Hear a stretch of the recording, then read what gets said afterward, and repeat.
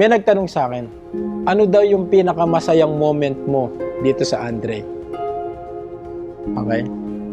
It's not about the income. It's not about the awards. Nothing like that. Nothing can compare this experience. Isang araw, meron isang matandang babae na nag-walk in. Siguro, tansya ko nasa between 75 to 80 years old. Naglalakad, maliit lang. In-assist ko, how can I help you, ma'am? Oh, sabi niya, she looks like lost. I would like to get a battery. Sabi ko, where is your car? Oh, it's a Mazda. But where is your car? Oh, it's at home. Oh, sabi ko, do you know what car is this? Sabi niya, it's a Mazda 2, but it's an old car.